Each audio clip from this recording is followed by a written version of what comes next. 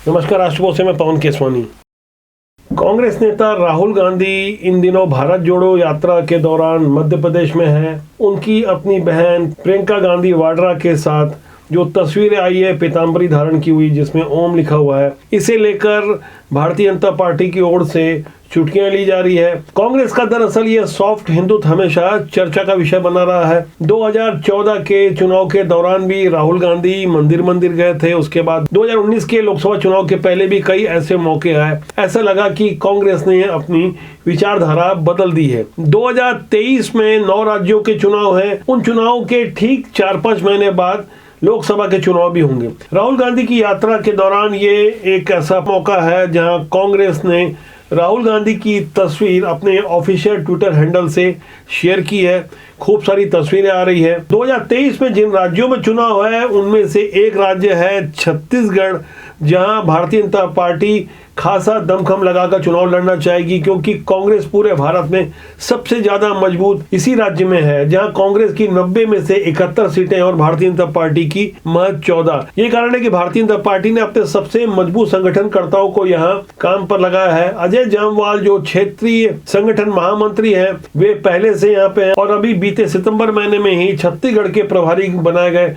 ओम माथुर का भी दौरा हुआ। अपने 3-4 दिन के प्रवास के दौरान उन्होंने ढेर सारी बैठकें ली, ढेर सारी चर्चाएं हुई, आंदोलन की रणनीति भी तय की गई और बताया गया कि आने वाले दिनों में कैसे आक्रामक रहना है। यहाँ गौर करने वाली बात यह है कि उत्तर प्रदेश जैसे 24 करोड़ की आबादी वाले प्रदेश के प्रभारी रहे ओम माथुर को छत्तीसगढ़ का प्रभारी बनाया गया है, जहाँ की आबादी 3 करोड़ से भी कम है। इसी से आप अंदाजा लगा सकते हैं कि भारतीय जनता पार्टी ने छत्तीसगढ़ को कितनी गंभीरता से लिया है। मैंने विश्लेषण की शुरुआत कांग्रेस के जिस हिंदुत्व से की थी, मैं उसी पे वापस आ रहा हूँ। दरअसल छत्तीसगढ़ में मौजूदा समय में आदिवासियों के आरक्षण और शराबबंदी के मुद्दों के अलावा विपक्षी भारतीय जनता पार्टी के पास ढेर सारे मुद्दे हैं जहां प्रश्न खड़ा किए जा सकते हैं। लेकिन इन सब से कहीं आगे कांग्रेस की भी कोशिश है कि किसी तरह से खुद को भारतीय जनता पार्टी से बड़ा हिंदुओं के समर्थक के रूप में प्रस्तुत किया जा सके। ये कारण है कि छत्तीसगढ़ में राज्य सरकार की ओर से राम वनगमन पथ के विकास और इन रास्तों पर भगवान श्री राम की जगह जगह मूर्ति लगाने का जो समय तय किया गया है वह है जून 2023। जिस साल चुनाव है उन्हीं चुनाव की तारीखों के कुछ महीना पहले। अब इसे संयोग ही कहा जा सकता है कि अयोध्या में प्रभु श्री राम का जो मंदिर बन रहा है वो मंदिर कई चरणों में निर्मित होना है, लेकिन 2023 के अंत तक अयोध्या में भगवान श्री राम के मंदिर का एक बहुत बड़ा हिस्सा श्रद्धालुओं के लिए खोल दिया जाएगा। स्वयं पीएम नरेंद्र मोदी जब वहां जाएंगे तो वहां से संदेश साफ दिया जाएगा। 2020 की 5 अगस्त को जब भूमि पूजन हुआ था, जाहिर तौर पर इसका फायदा भारतीय जनता पार्टी को मिला और भारतीय जनता पार्टी मौजूदा समय में सबसे बड़ी हिंदूवादी या हिंदू समर्थक राजनीतिक दल के रूप में स्थापित है। कांग्रेस के अलावा आम आदमी पार्टी के सर्वे सर्वा अरविंद केजरीवाल भी आजकल अपने आप को हनुमान भक्त बताने लगे हैं। दरअसल मौसम के अनुसार राम भक्ति या हनुमान भक्ति या दूसरे तरीके से सनातन के प्रति खुद की आस्था जाहिर करने का चलन भी जनता को खूब समझ आ रहा है। ओम माथुर ने पिछले दिनों जो बैठक ली, उन बैठकों के अंदर ढेर सारी बातें हुई कि किस तरह से सीएम से लेकर मंत्रियों को घेरना है, भारतीय जनता पार्टी को कैसे आक्रामक रहना है। तमाम ऐसे टास्क दिए गए जिसे भारतीय जनता पार्टी 2018 के चुनाव हारने के बाद अभी तक अपना नहीं सकी, लेकिन कम समय में ढेर सारे काम जो सौंपे गए हैं उनके माध्यम से छत्तीसगढ़ की जनता अब उग्र आंदोलन देखेगी। छत्तीसगढ़ के भानु प्रतापपुर में उपचुनाव के साथ गुजरात और हिमाचल प्रदेश के भी चुनाव है। उन चुनाव परिणामों की तारीखें भी आसपास है। इन चुनावों के बाद जाहिर तौर पर छत्तीसगढ़ के नेता भी फ्री हो जाएंगे और केंद्र के नेता भी खुद को आने वाले 9 राज्यों के विधानसभा चुनाव के लिए तैयार पाएंगे। इसकी रणनीति का खाका भी तैयार हो चुका है, जमीन तैयार कर ली गई है।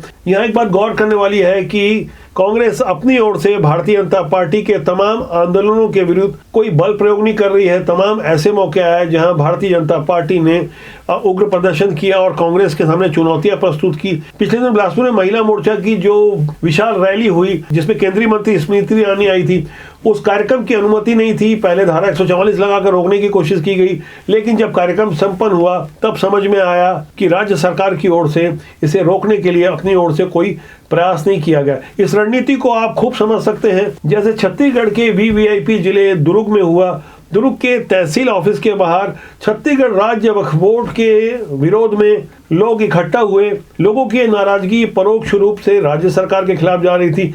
वक्फ बोर्ड का नाम लेकर जब सीधे तौर पे लोग आरोप लगा रहे थे, तब यह प्रश्न खड़ा किया जा रहा था कि राज्य सरकार की ओर से इस बारे में कोई सफाई दी जाएगी। हालांकि स्थानीय जिला प्रशासन की ओर से इसमें स्पष्टीकरण दिया गया। यहाँ गौर करने वाली बात है कि इस मामले को समय के साथ दबाने वाली रणनीति के हिसाब से काम किया गया। ऐसी ही सॉफ्ट रणनीति हर जगह चली जा रही है, जहां प्रशासन की कोशिश है कि आने वाले चुनाव को ध्यान में रखते हुए किसी भी तरह की चूक न हो, किसी भी तरह की संवेदना या सहानुभूति विपक्षी भारतीय जनता पार्टी को नहीं मिल सके।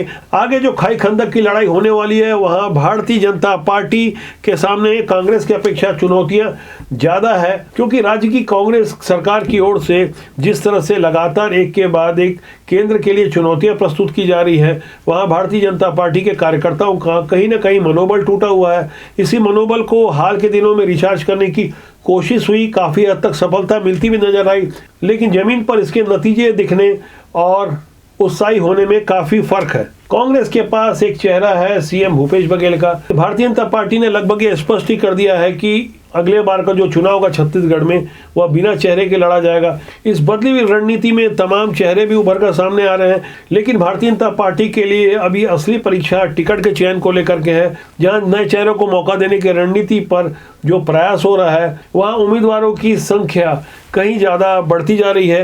नए प्रभारी ओम माथुर के रायपुर आने पर भाजपा से टिकट चाहने वाले तमाम ऐसे चेहरे नजर आए जो बरसों से हसरत पाल के बैठे थे।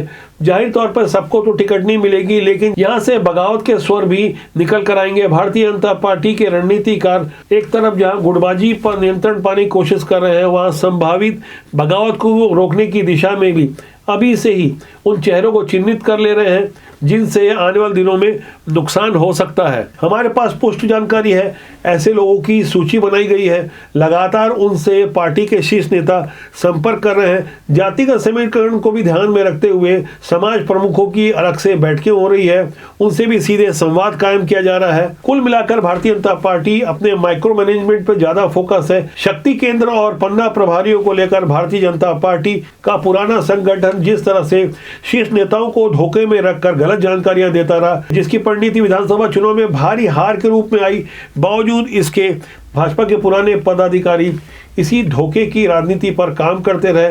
लेकिन अब सारी चीज़ें एक्सपोज हो चुकी हैं, ऐसे लोग भी पहचाने जा चुके हैं। ये बदली सी भाजपा दरअसल राष्ट्रीय स्वयंसेवक संघ के विचारधारा और मूल्यों पर काम करने के लिए प्रतिबद्ध करवाई जा रही है। जो नए रणनीतिकार नई दिशा में भारतीय जनता पार्टी को ले जाना चाह रहे हैं, उस पर राज्य की कांग्रेस सरकार की बारीक निगाहें लगी हुई है। तमाम एजेंसियां इस पर काम कर रही है। अंदर खाने की ऐसी ढेर सारी बातें जिसका सीधा सरोकार आम जनमानस से है।